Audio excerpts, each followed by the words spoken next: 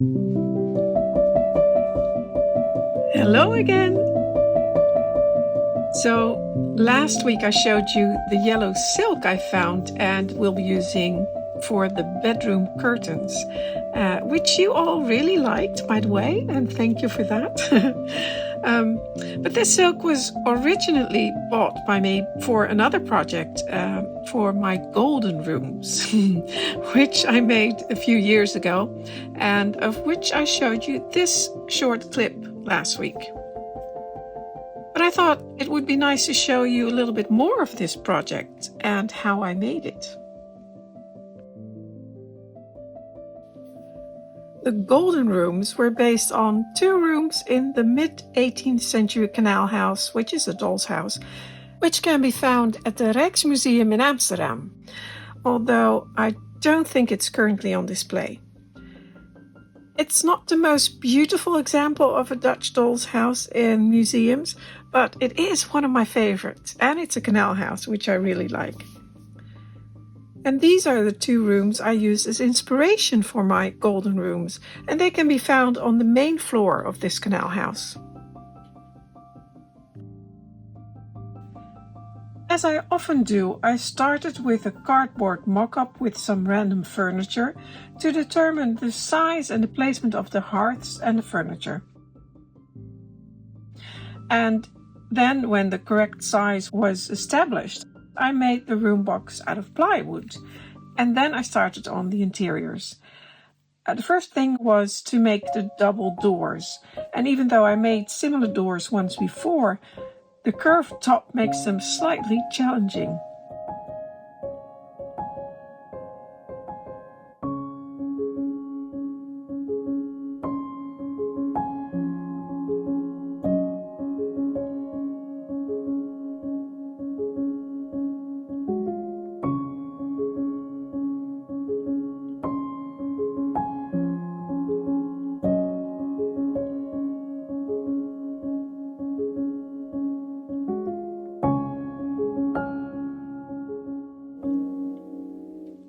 Next was the paneling, which I made twice as I thought the first ones were too fussy with the little corbels on there, as you can see in the photo.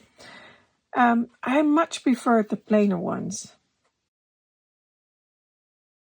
Then I started on the fireplaces, and these were both based on the ones that were in the doll's house rooms, as you can see on those first pictures. I made them from wood, which I cut and routed to shape, and to which I added some clay, some sculpted clay, and plaster ornaments. And they turned out really good, both of them, I think.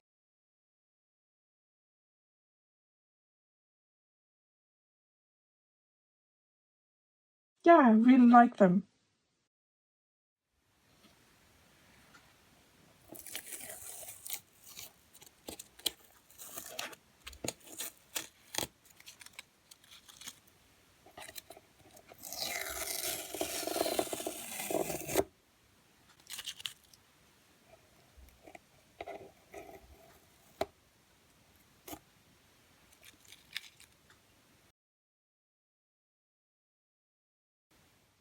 On the back wall, there's a door, and I put it there because it gives the room a focal point. As in the other rooms, it had the fireplace there, but this one it doesn't because the fireplaces are on the side wall. The door is non-opening because it doesn't serve a purpose other than being a focal point.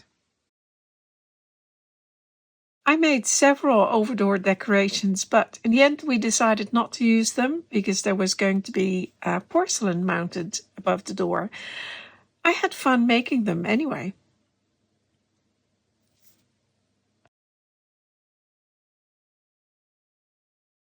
The next step was to make the floors.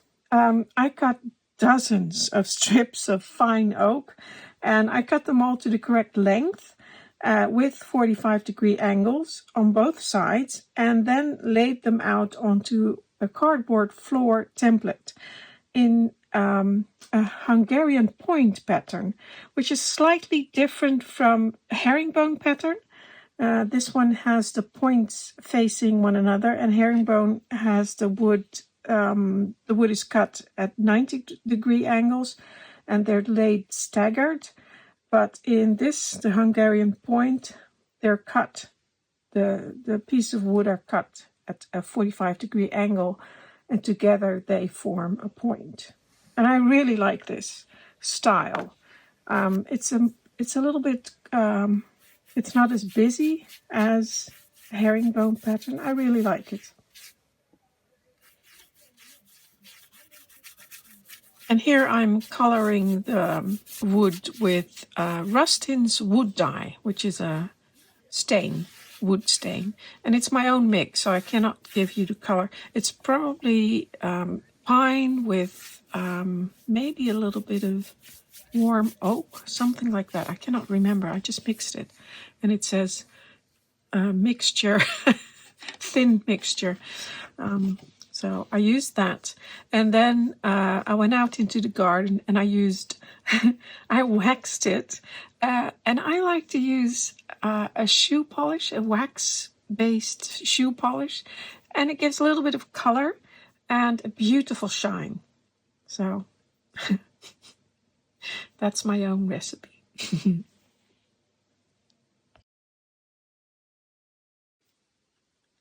When the floors were in and finished, it was time to start looking at the walls, and I wanted to cover the walls in silk, and it had to be golden silk like this one.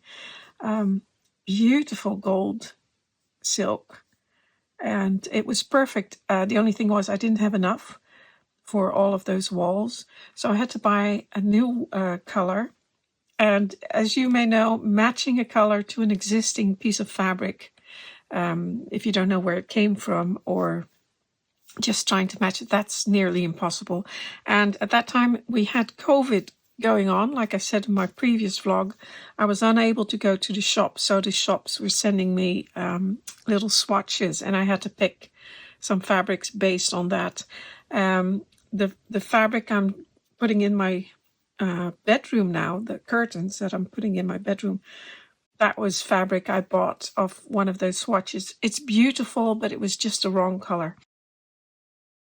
Luckily, my friend Trace, she used to sell fabrics at the fairs, and she had the perfect fabric for me.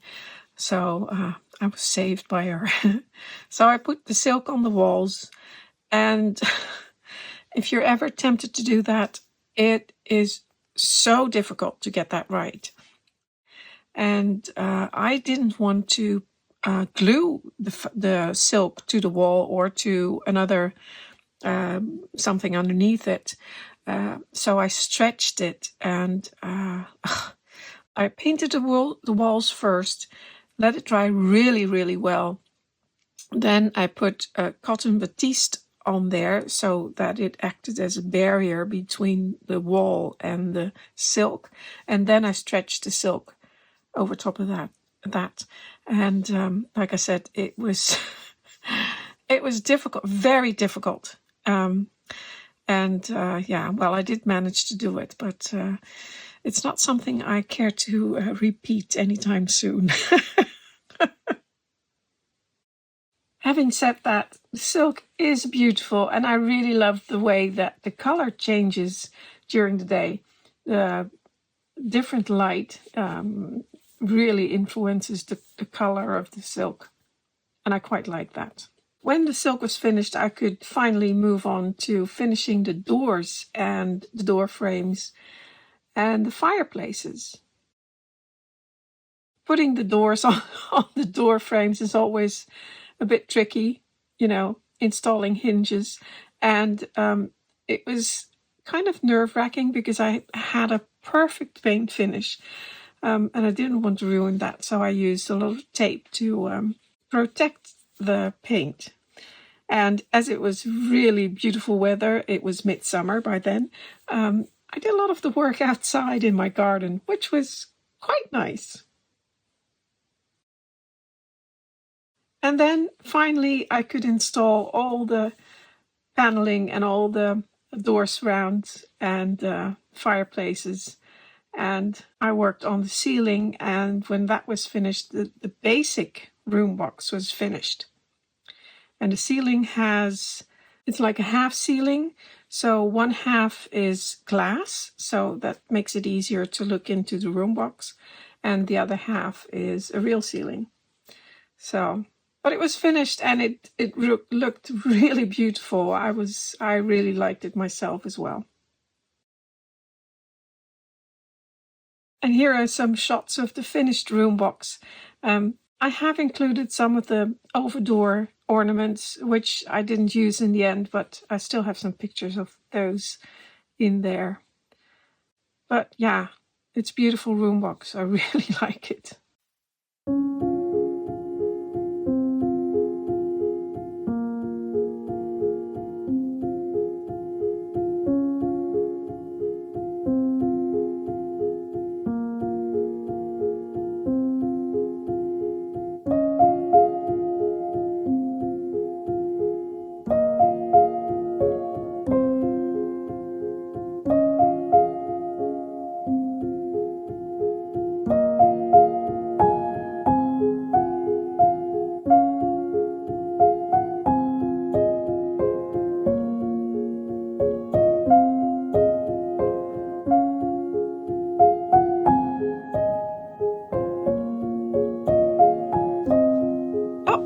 And there's my chair again.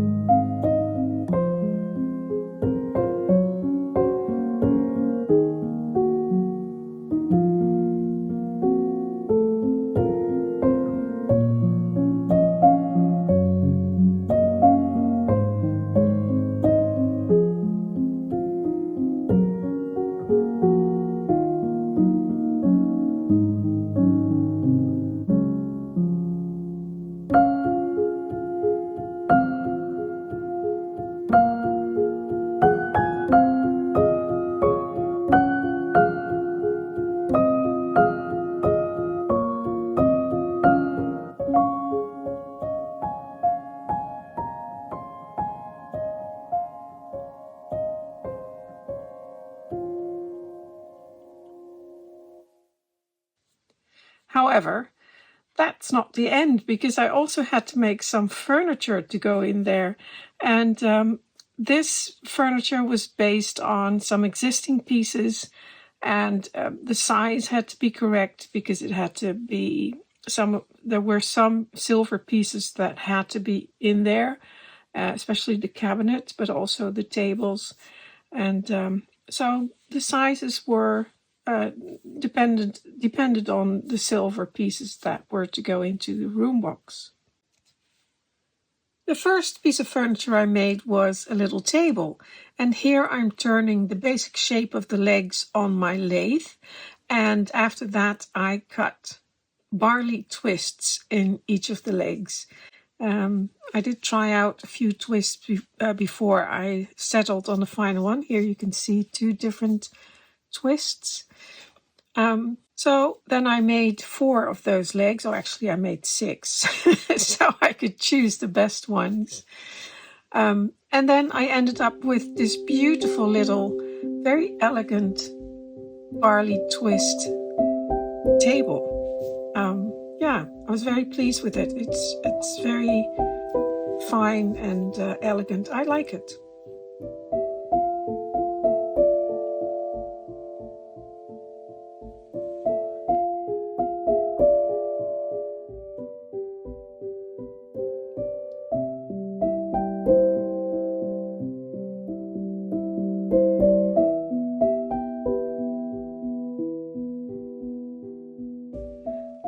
Next was another table, and this one was based on Dutch 16th century tables, and they had big bulbous legs. And I turned the legs on my lathe again. I used pear wood, just like the previous table. because it has a fine grain and it's very nice for turning wood.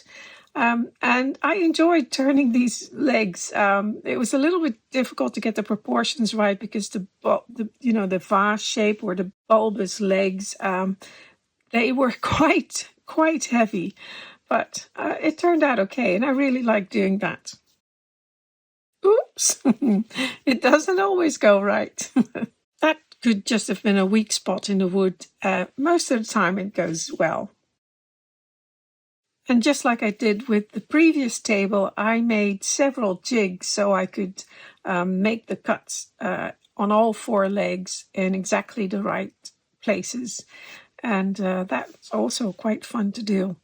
And then after putting it together, I used a wood dye to make it a little bit darker. And again, I had a really nice table. This one is a little bit different, but it looks good. I like it.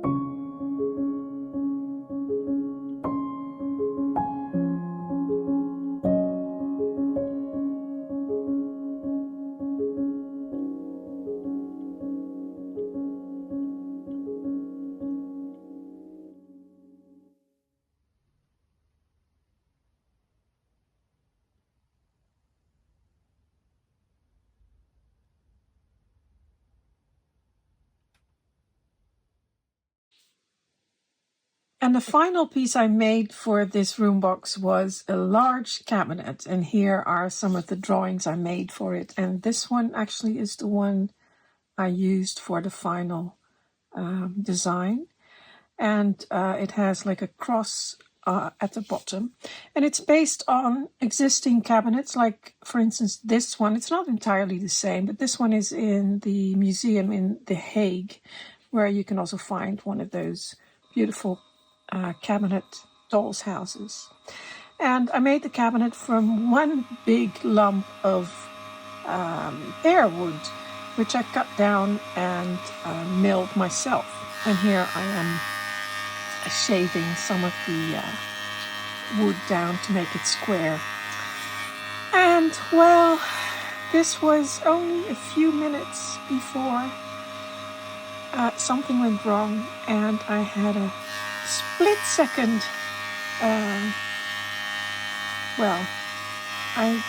My thumb got caught in the knife right there.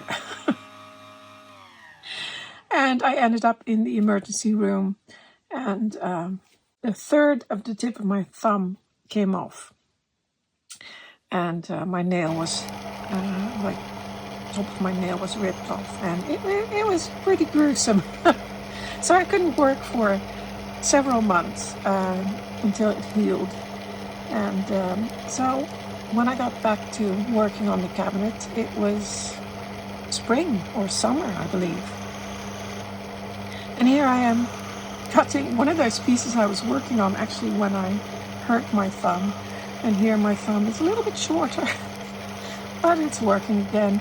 And I'm cutting one of the legs of the cabinet. And this is always fun to do. I use a duplicator on this for these legs, and I made the design myself and I cut it myself. So it helps to get your turnings even. I mean, not even, but all the same. And they're not entirely the same, but it's easier.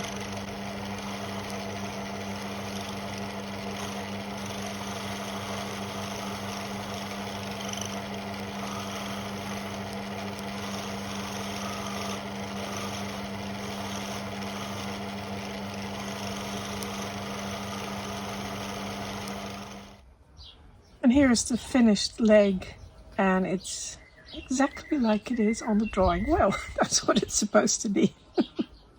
But I was happy with that. So then I could start on the cabinet itself, and that was A challenge, let me say, because I made everything myself. Like I said, from one big piece of wood. And the curves, my goodness, those curves, they're difficult. Now, I couldn't find most of the pictures of the process of making the cabinet, which is a shame. But I do have a short, which I uploaded onto YouTube a while ago, and that does show most of the process. So I'll show you that instead.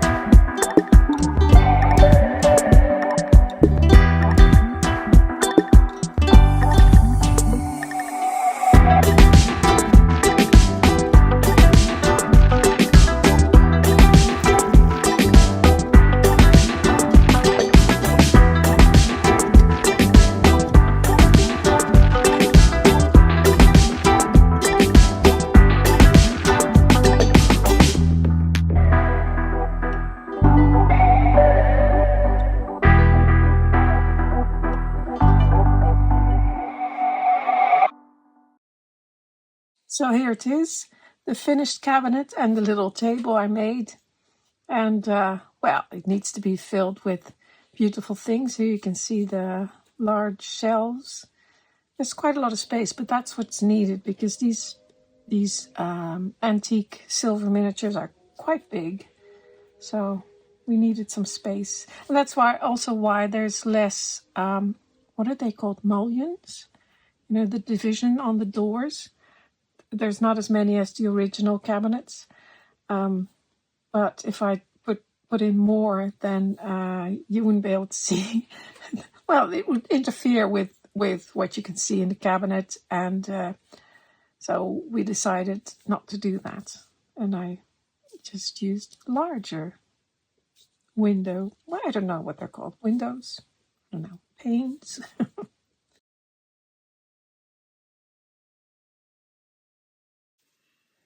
Now, I made this for someone else, but I couldn't resist, and I just had to decorate it with some of my own pieces.